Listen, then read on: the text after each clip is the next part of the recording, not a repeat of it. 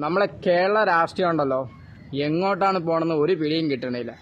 കുറേ നാളുമ്പം കോൺഗ്രസിൽ നിന്ന് രണ്ടുപേര്, ഒരാൾ BJPയിലും ഒരാൾ കമ്മ്യൂണിസ്റ്റ് പാർട്ടി പോയപ്പം BJPയിൽ ഇരുന്ന ഒരാൾ കോൺഗ്രസിലേക്ക് അംഗത്വം നേടി വന്നിരിക്കുന്നു.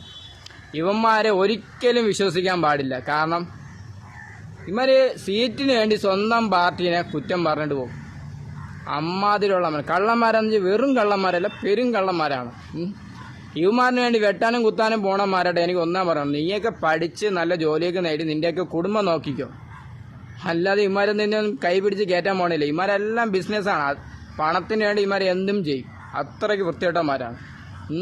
എനിക്കൊരു കൗൺസിലർ സീറ്റ് തരണമെങ്കിൽ നീ ഒരു 5 പേരെ കൊല്ലണം, 20 വർഷം ജയിലിൽ കിടക്കണം. നിന്റെ 30 വർഷം അങ്ങനെ തീരും. എന്തൊരവസ്ഥ അത് കേരളം. പൊളിറ്റിക്സ് എന്ന് പറഞ്ഞാൽ ഇതായിരിക്കണം. ബിസിനസ് മാൻ ജീവിക്കണമെങ്കിലൊക്കെ അധ്വാനിച്ച് ജീവിക്കടോ.